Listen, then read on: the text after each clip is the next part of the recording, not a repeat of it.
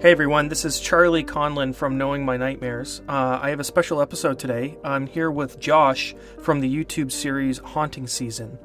Josh has an excellent dream story for us today that I'm really excited to hear. Hey Josh. Hey, how's it going? You caught me right as I took a sip of coffee. I thought I had more time. That's fine. So yeah, why don't you tell me a little bit about your show, or tell the listeners a little bit about your show?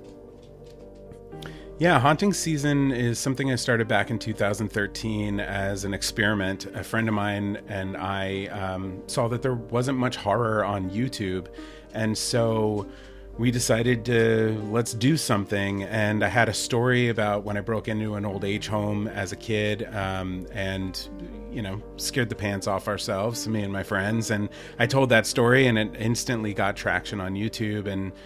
And so I, short after that, quickly ran out of real stories and started making up my own. And I did that for 2 years on a weekly basis, a new story every Friday. And I got super burnt out, went through a bunch of life changes, got a new job, moved across the country. And before I knew it, like 6 years had gone by and I hadn't posted, but it had always been in my heart and in my mind to get back to the show. And so this past October, I restarted it and have done a little bit of experimenting, but right now it's gotten back to being a show about scary stories and whatever I can think up in my mind. Yeah, and that's why I like it too. It's like, it's original horror content.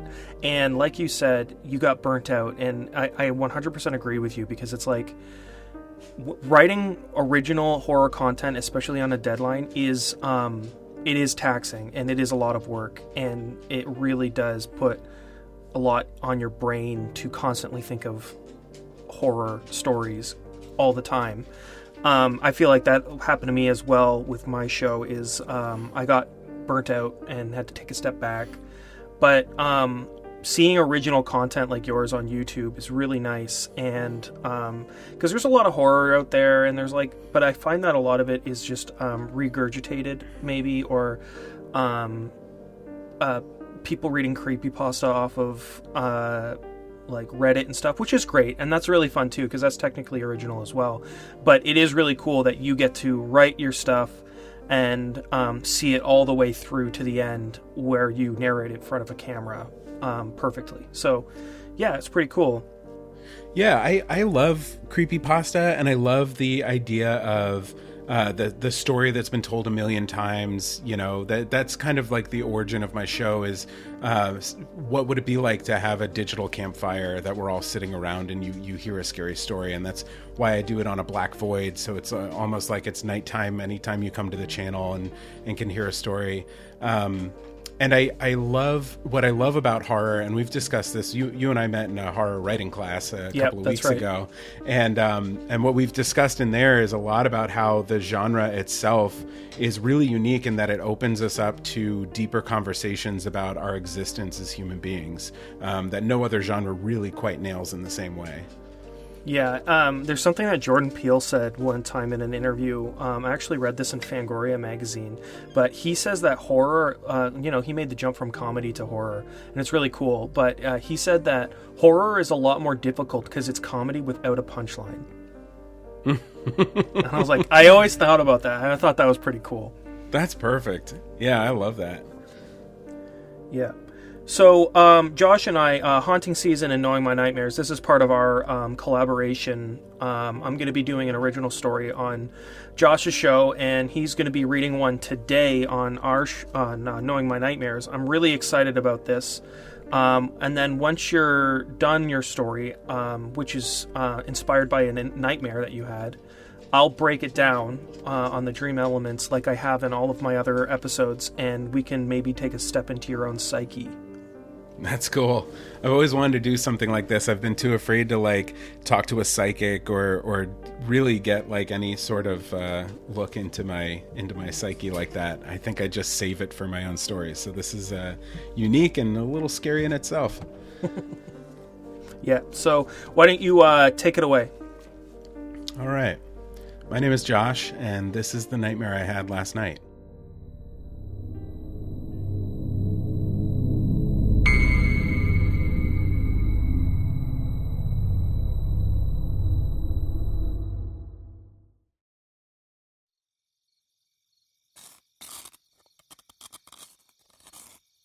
Scratching. Damn it, scratching in the walls again. This damn rat is going to be the end of me. I pull my half-asleep arm out of my twisted blankets and check the time. 2:57. Why humans need to sleep, I'll never know. Scratching. Why does the rat always come at night? I'm here all day long, but I never hear it. And then 11 p.m. rolls around and this endless shifting, gnawing, and scratching starts right up. Last night it was under the tub, the night before in the kitchen, and the night previous I heard it under my desk in the back office. It only ever seems to be one, though. This solitary rat must be prepping for a surprise metropolis in the walls for the big rat move-in of 2021. I roll over, facing the wall where the sound is coming from. The sound of little furniture scuffing the floor of the rodent complex. And I'm half expecting tiny drills and saws to start at any moment. Perhaps as a courtesy to their giant cohabitant, they decided to save heavy construction until I'm out at the grocery store buying food they can't wait for me to throw away. I'm feeding their colony when I suddenly decide the pork chops look a little weird, so I can excuse a delivery from Bubba Burger. I could eat Bubba Burger right now. I hate waking up like this. My brain jumps right into mid-morning action. All right, everyone, sudden jolt awake. Let's not waste time here. Frontal lobe, we're going to have some updates for you soon. Get ready to make decisions on work projects, major life goals, what to have for dinner. Okay, buddy? We're leaning towards burgers today. Temporal, what are you feeling today, huh? Anger? Sounds good. Let's brew on that a little bit. Pituitary, how's that arousal coming? Well, let's work on that, please. This is the middle of the night. Things should be up and running for no apparent reason at all. Okay, pal? I'm a little disappointed I had to remind you. You in the back, let's get those eyes focused. Looks a little fuzzy out the front. And brainstem, keep being you, baby. You keep us all up and running. We need you. You're important, okay? Who's next? These are the sorts of things that happen when I awake at an odd hour. But tonight is different. As my brain kicks into full panic over the 257 things I wanted to think about in the morning, the part that controls my hearing and my problem solving realized that the scratching actually isn't coming from the wall. No, this time the sound is bouncing off the wall. From under the bed. As if startled by my silent reasoning, the sound stops, leaving nothing but the mild ringing of my tinnitus. Moments like this are difficult to track through time. Pauses, true pauses, can sometimes feel like the entire planet has stopped. Cars and trucks frozen on the highway, waterfalls silent and still, even the people in the International Space Station floating freely no more. Inertia snapping into total stillness the moment the scratching in my room stopped. And so am I. Stopped. Clinging to my pillow, eyes dilated, staring into the full-length mirror door of my closet, trying to visualize the finer details of what is under my bed in the darkest of dark parts of my room. I try my best not to blink and will my night vision into existence. Maybe all the carrots I eat really do have an effect, or the clouds happen to have uncovered the moon. Regardless, my thoughts were interrupted by the now unmistakable vision of the bony tail wagging between the guitar case and my old tax returns. It hadn't been scratching tonight. Maybe it never had been. Maybe it had always been whatever is attached to that tail. That is a tail, isn't it? Dragging back and forth against the floor with the sound of a pearl necklace. My brain thinks tail because of the movement, but could a snake be that bony? No, wait, do snakes have bones? Not important. Very not important, because now there's wheezing. Thick, long, horrible breaths like purring. Not cat purring, but thick mucus purring, like when Aunt Mariel got pneumonia and kept the whole house awake that night before she drowned in her own fluids. That deep, sick purring coming from the one gross kid on the playground when you show up to your nephew's 4th birthday party, and all you wanted was a little bit of cake, but this bubble-nosed snot kid is touching all the forks. The kind of purring that's borderline unbearable in normal situations, but debilitating when it's coming from under your own bed. The tail stops wagging and slips into the deep black, with the sound of knees and elbows shuffling on the wooden floor. I wonder if whatever that is might come up the back of my bed, but the sound of the vibrating breath quickening keeps my senses focused. The thing didn't travel, just repositioned.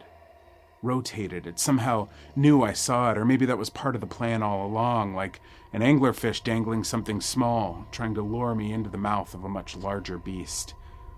That theory dissipates as the eyes flash back at me from where the tail had been, 2 green holograms catching the moon at just the right angle. The purring stops. Our eyes meet, and so does our stillness. I think about talking gently the way you would with a scared, trapped animal, but the grin.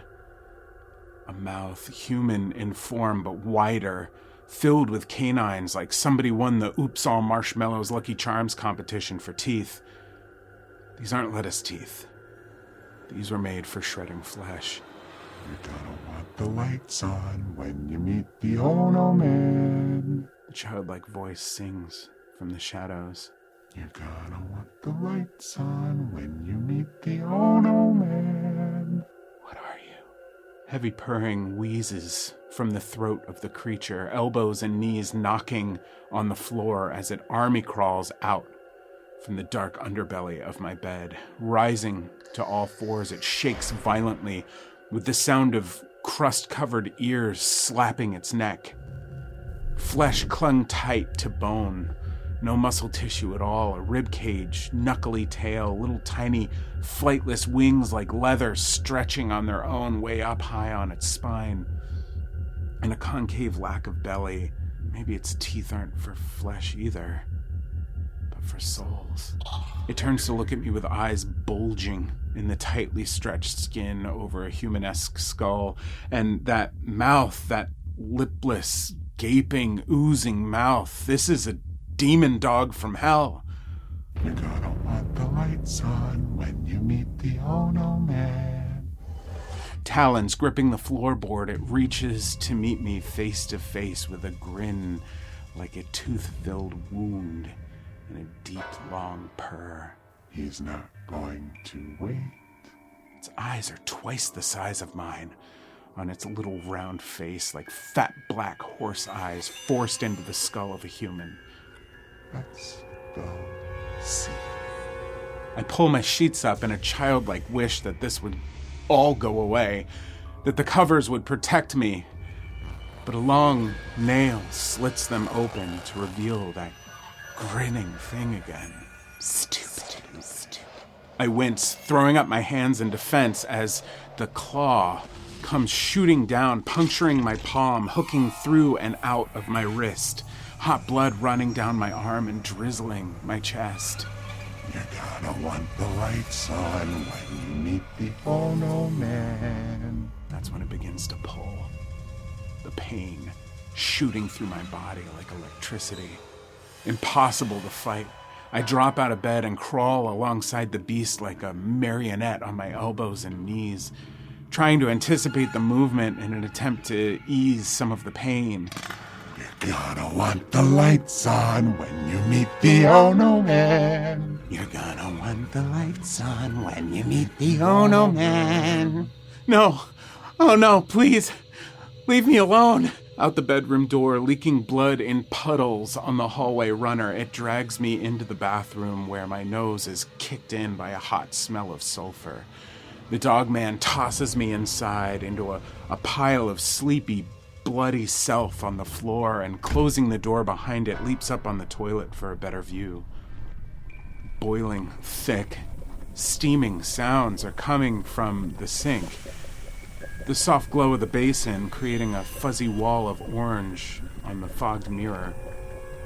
A pop, and something black shoots into the air and lands next to my good hand with a spat and sizzles into the floor, cooling into a hard black rock.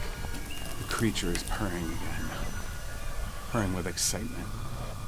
I can't lay on the floor forever. I hold my wounded hand close and push up with my other, slowly standing to where I can see hot magma boiling in the sink. Boiling and growing. Something's coming out of it. Round like a ball, rising, steadily rising. Charred black with orange cracks, still rising as the lava pours down and slows from the cool air of the bathroom. A man's head begins to form, and then shoulders rising, towering over me. The heat from the growing body singeing my eyelashes, mutating them into smelly curls that poke my eyeballs. My skin could melt at any moment. Waist down, still in the gurgling lava, the man pulls his hands free, resting them on the edge of the sink, and leans his dark, glowing face towards mine, opening his beautiful human eyes, ice blue set on white, clean, perfect, filled with emotions and feelings. Lights on! The creature announces. "Oh no!" I cry out, but it's too late. The room is filled with blinding light as the Ohno man lifts his hands and grips the side of my head, instantly penetrating my skin and bone and setting my brain on fire. First there's white, then there's green, then patterns, millions of patterns swarming, swirling, fast, a lightning bolt expressway through space and time. Instant transcendence into the highest level of being, or not being. Fractals. Endless fractals in impossible colors morphing into faces, souls reaching, begging, help. They need help, but they aren't crying out. They're frozen, melted into the rocky walls that I'm now falling down. Down. Faster, gaining momentum, reaching hands, screaming faces, blurring into a gray wall of ash, almost solid, before slowing down. Slowing as we approach the ground, slowing to see the thousands of petrified people now reaching down, towards something. One thing, a statue, a body, my body. My solidified soul standing at the bottom of this human well, centered, glowing, hot orange, hands on temples, mouth agape in a painful, helpless cry, and I watch as the glow subsides and my body turns to stone and the whole room goes dark. Black. Blacker than black. Fading to nothingness.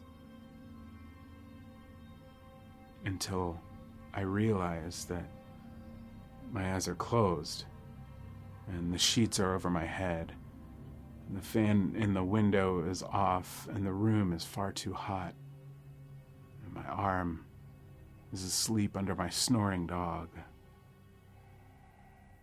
Or is that purring?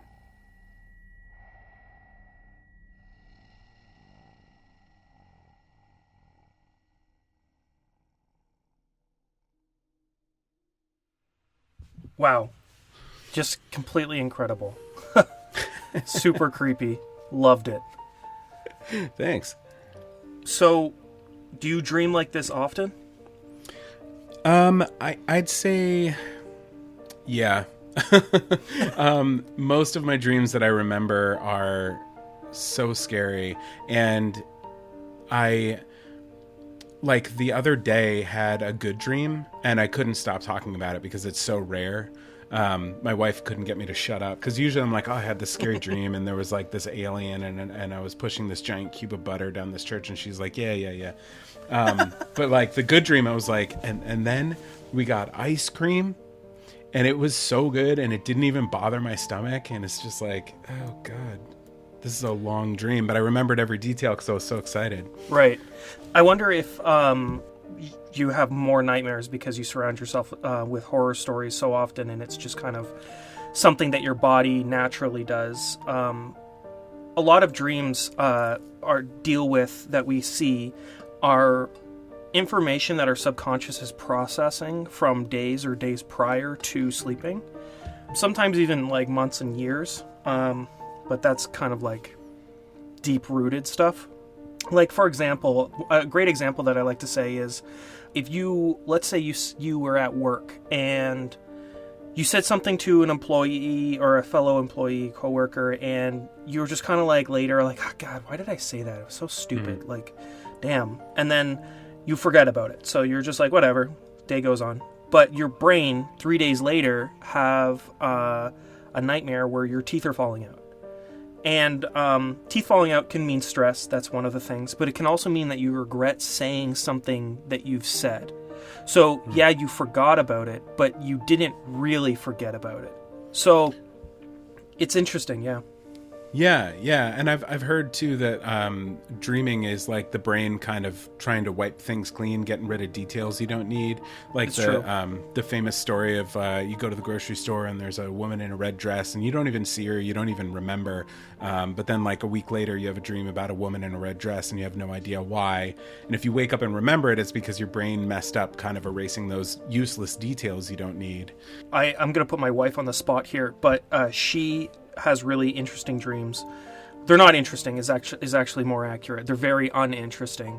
But I think it's funny because in a dream or in like the astral world, you can make up anything. You can explore anything.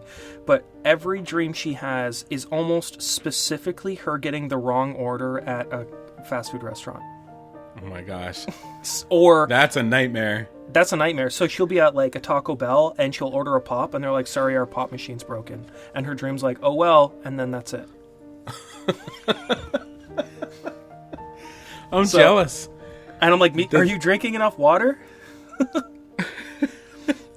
So in terms of this this story that you've written based off of the dream that you had of the Ohno man, which by the way is a great name.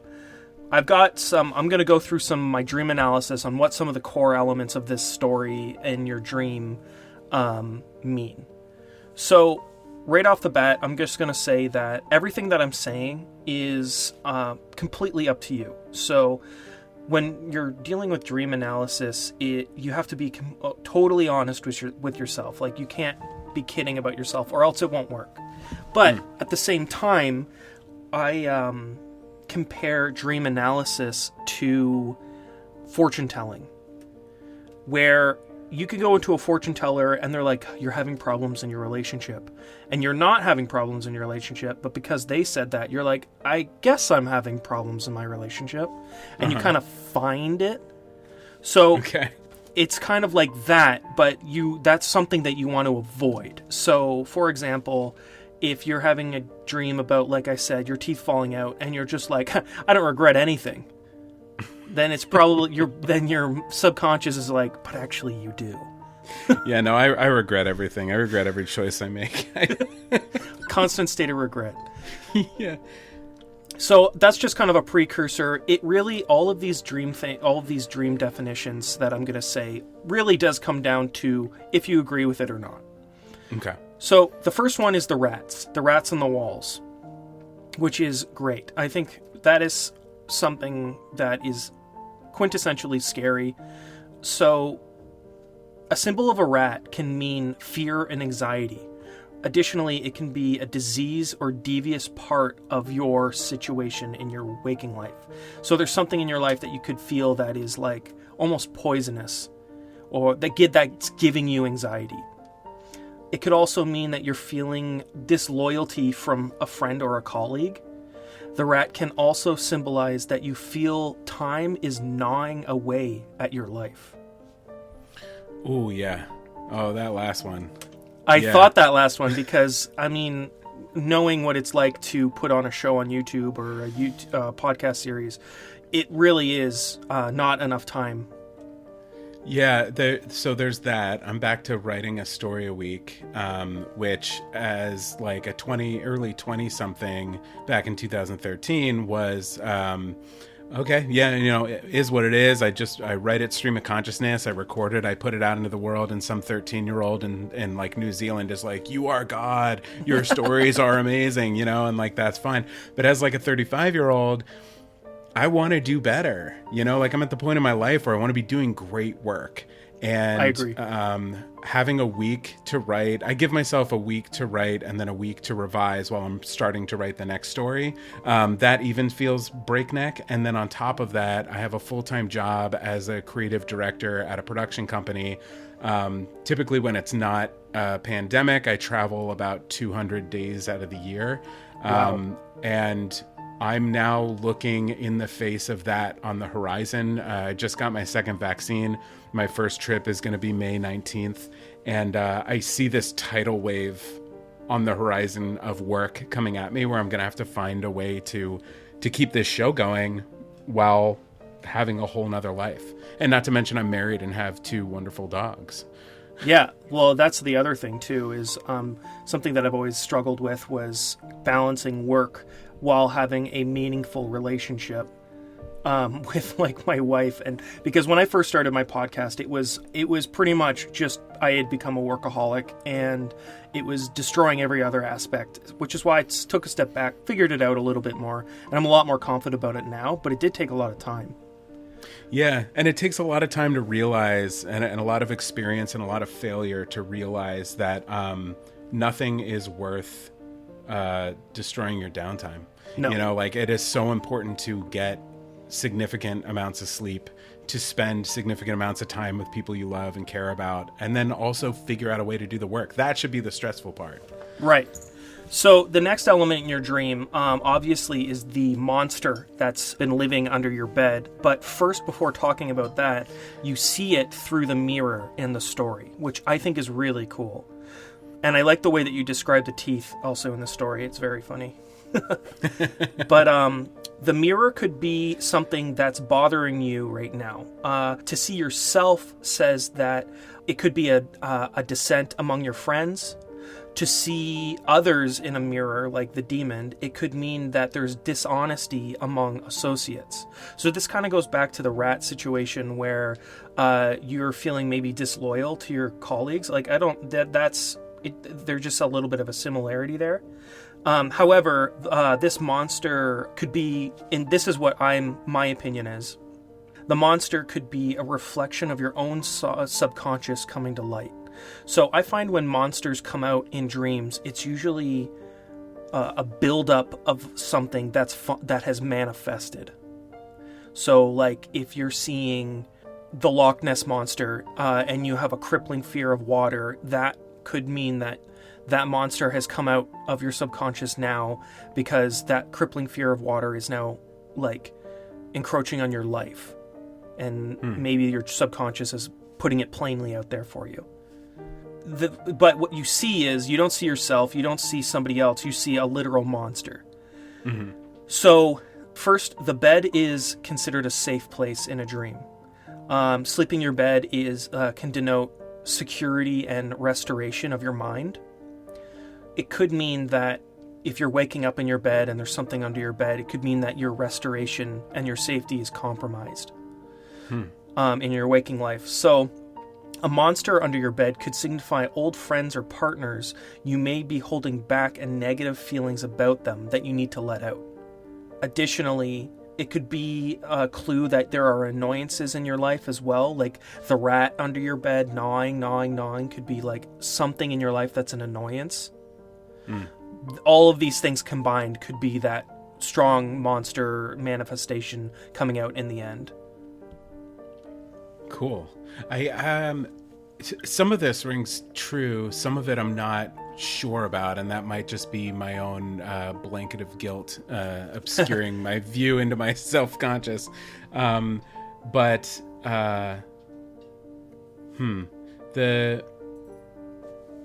see. A lot of dream analysis has to do with things you did in the past. Like, the majority of it is just like about regret or about things from your childhood that are still there gnawing at you or things like that. So it doesn't necessarily mean that it's happening in your life right at this moment. It could, but It could also just mean that it's something from your past that you're just like still thinking about subconsciously. Yeah. So 2 things that come to mind. One is more present, which is at work, I've been given the space. So my company is the one that helped me reboot Haunting Season this past October.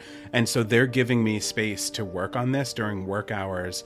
And there definitely is a level of like, I don't know if you use the word like abandonment or like mistrust or whatever, but like there is this like guilt that I have that's like, well, I'm getting to do something really fun and cool and I'm supposed to be carving time out for it, but I feel guilty because it's really fun and cool. I totally agree with what you're saying. So that's one more current thing. And then I think some of what the monster might be, or the scratching, or the coming out from under the bed. My grandfather passed away during COVID from I'm sorry. congestive heart failure, and I had to go to his funeral on Zoom, because he's out in Long Island, and that was really weird. And my dad has been spending a lot of time with his mom, who's my last surviving grandparent. And, she's in her late 80s. She's going to be turning, she might have just turned 90 like the other week. Wow.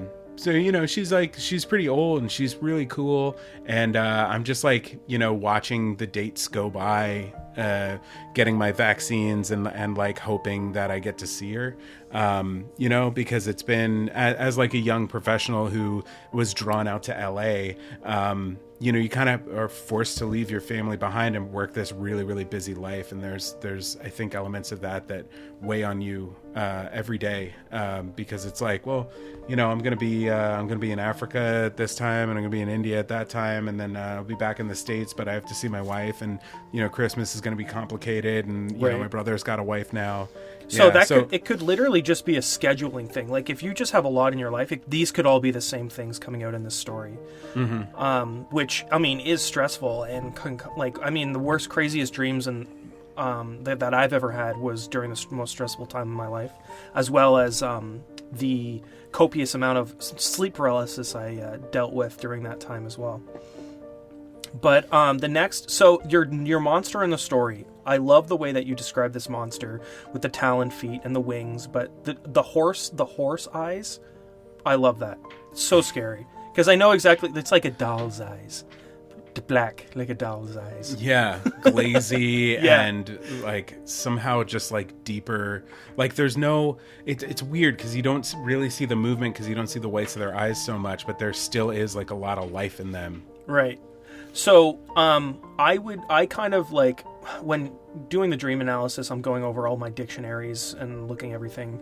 And I kind of just summarized it as a demon. So, if you're possessed or attacked by a demon, it indicates helplessness in your waking life. And that kind of goes about what you were just talking about with scheduling and juggling everything in your life and things like that, which makes sense.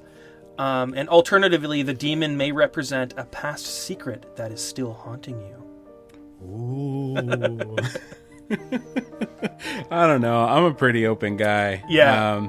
I've always said that I think lying and lying, which I count secrets as lying is just such a waste of time, because it eventually comes out and then you got to deal with it, and that is so much time wasted, because you got to explain and you got to figure out why you lied. And I think the last lie I told was when my dog was a puppy, the rule was don't let him jump off the bed because he could break his ankle or something, and I turned my back and he jumped off the bed and he started screaming and limping around the house, and my wife came running in and I picked him up and she was like, "What happened?" And I said, "I don't know, he just started doing this." And I immediately was like, I just lied to you. I am so sorry. I don't know why I lied. And then I burst into tears. I do have to say, though, when puppies get hurt, they really laid on thick.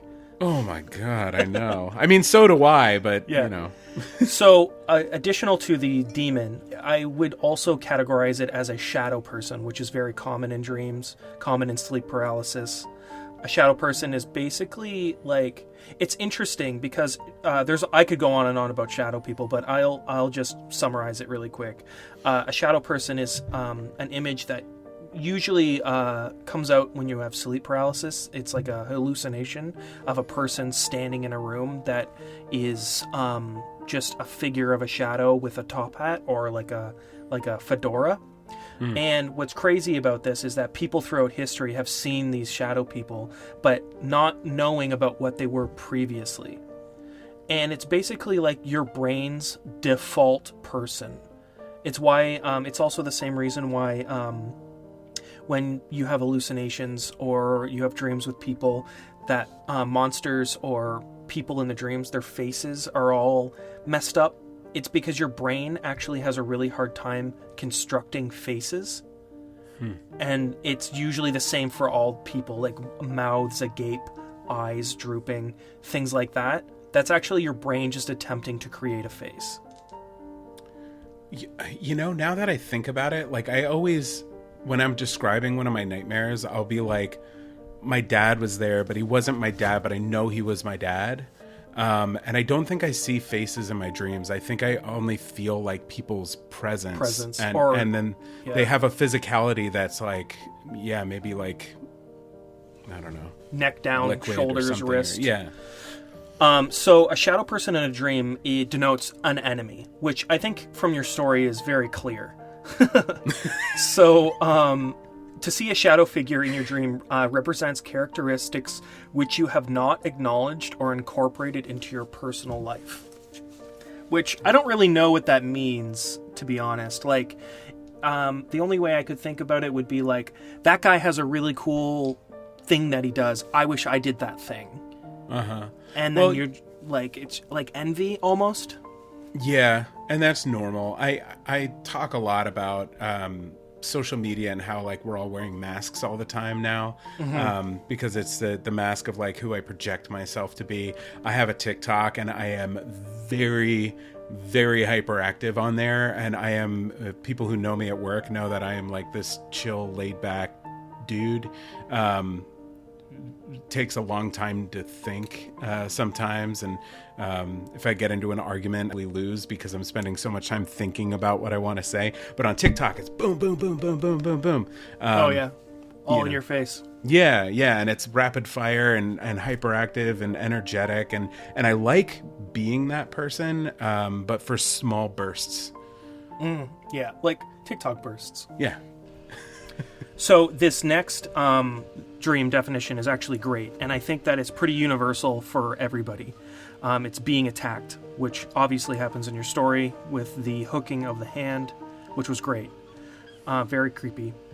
So if you're being attacked in a dream, it suggests that you're being threatened in some way, maybe by a person or maybe by yourself.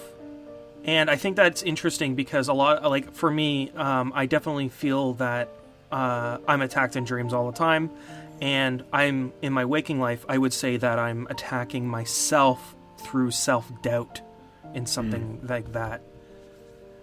Yeah, again, that definitely links into like restarting this channel back up after 6 years and not doing it. You know, it's funny because this is the first time I've been attacked in my dreams in a really long time. Mostly what I dream about these days are being in like a giant spiral staircase with a huge gap in the middle and no railing. That goes up like 20 stories, or being inside of an elevator that slowly starts to like tip and there's no wall, you know, stuff like that. Yeah. That's super creepy. So, if you're attacked by a shadow figure, it could depict fear and pain associated with your past. Like I said, a lot of these dream analysis have to do with the past, but it doesn't necessarily mean like the recent past. Then you were in the bathroom. So being in a bathroom actually can be a good thing. You know, it could mean cleanliness. It could mean putrefaction and self-renewal, and that you were like cleansing yourself. But in this bathroom, in this case, a demon was looking down on you, which means that these subconscious problems are above you. And if the sink is overflowing, it could be an overflowing of emotions. And in this case, it was red hot lava. So it could almost like at a boiling point. But what's interesting about this scene was that this devil-like creature, and a devil coming out of the sink, and a devil in a dream can mean temptation to see, in this case, the beautiful light that you saw, or temptation in general.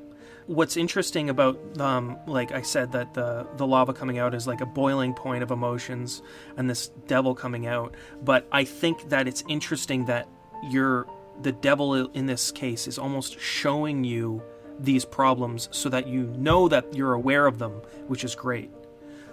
That being said, your face is burned off, which is my great. Brain is set on fire. Brain is set on fire, so it could be bad. But the part in this story when you talk about the eyelids curdling back, makes me so squeamish. It's great. I love it. I know where that one comes from. My brother always had really long eyelashes, and one birthday, leaning over the birthday cake, they singed. No. Yeah. Yeah, that's definitely some Union past trauma coming back at you later in life. The devil can also make you feel that you regret something again, and that you have a guilty conscience, like almost like a sin or something in this case. I can really only describe this as like either another devil or another demon or a devil. And you did it great, where it just kind of like births right out of the lava. It's awesome. It could also be a representation that someone's trying to hurt you physically or mentally, and it's a warning from your subconscious. So I also have one here for burning alive. It may suggest that you need to take a time for yourself and relax. No. Perhaps you are feeling burned out. That's actually great. So that's actually something cool about dream analysis, is a lot of things are puns. So when you see, it's kind of like a best way to explain it is like in Office Space. So in a dream, if you're like playing hopscotch, you could be jumping to conclusions. So something like that, or in this case, burning means that you feel burned out. There was another in here at the very beginning. A rat chewing at your walls is feeling that you're gnawing away at time. So it's like there's a lot of puns and things like that in these types of dream analyses. Analysi. Cool.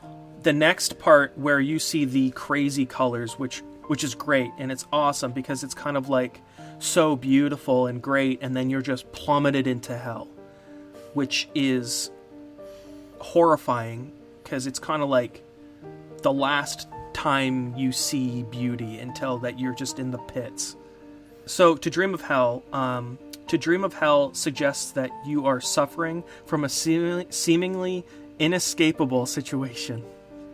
So that's basically it. In summary, I think that you may be feeling like you don't have enough time to be doing what you're doing. There might be some things in your past that are still haunting you. But what's interesting about this is that there are a lot of indications that you are completely aware of these resolutions, and that that you can see a resolution in the future is what I mean. One last thing I wanted to say is about all of these. I got a real Cenobite vibe from these creatures. Yeah, which is interesting because I've only just started to discover Clive Barker. I had never seen Hellraiser growing up. I just was like terrified of the main guy. And I recently watched that, and then immediately watched Hellraiser 2, and then have been diving into a bunch of his other films. Clive Barker is incredible. He's very gory, very sexual, but this ending to your story has great Clive Barker feels, because the devil comes out like the Cenobite thing, and it grabs your face, and you see these beautiful colors, and then you're in hell. Which is really cool about that is Clive Barker's his whole shtick is that the thin line between pain and pleasure. And that I got real vibes of that, where it's like almost beautiful and then regret. I take that as the huge compliment that it is. That's amazing. Thank you. Yeah, I really enjoyed this dream horror nightmare story. It was awesome.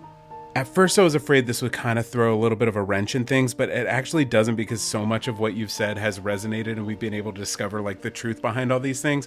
But a few truths about this story are, one, I'm currently dealing with rats in my walls, and and two, I have been getting really hot at night, and three, on my show, one of the first few people I interviewed when I was doing like a podcast version of the show was Ohno. And I almost changed the name of the Ohno Man because I was like, oh, I don't want to use her name. But then I decided to keep it in because it was more interesting than like No Man. It was like a little more not as childish. And also she's an incredible horror writer. Right. And I learned so much just from the hour of speaking to her. So like I was like, oh, you know what? I'll just take my connection to her and like immortalize her into this like horrible creature. Yeah, that's great. Yeah, so that's basically all of the dream analysis. I don't know how that resonates with you and how it feels how you feel about it. Like I said, none of it is set in stone, and it is all up to you. That's just what the dictionaries say. So you can just be like, this guy's crazy, or yeah, that does resonate. No, actually, I feel quite the opposite. I think this is one of the most interesting podcasts I've ever been on, because it was I got a chance to express myself creatively, and then also got a chance to like really reflect on things. And that's the part of horror that I truly love, is that it opens up conversations that we don't normally have about life, death, the afterlife, but also like our traumas in life, whether they be like losses of people we love, or just like the trauma of being a human being on a daily basis. So this was really cool. I'm really grateful that you had me on the show. Thanks. It was a lot of fun, and I agree with what you're saying. I find that when I'm writing horror, and I'm thinking about the world, and people are like, how could you write such horrible things if the world is so bad? And I'm like, because it's not as bad as my horror. Like, it's bad, but it's not that bad. Like, you're not getting your face burned off by a sink monster, and you're not trapped in a dream or something. But I really enjoyed this story. I love your YouTube channel. So if anybody wants to go check out Josh's channel, it's on YouTube, called Haunting Season. It's really great. There's lots of like original content there. Josh, did you want to say anything about that? Yeah, I mean, you get a taste for my style of storytelling here. I like to use music and sound effects and create these 360-degree soundscapes that sometimes feel like something's behind you, or, I like to say they're best listened to in the dark with headphones. So if you're into that sort of thing, which I think you are if you're a listener to this podcast, because we get very similar vibes, Charlie. But yeah, come check out my show on YouTube, and I've got a TikTok as well that talks about how a lot of these themes translate into folklore, urban legends, and movies that we all love.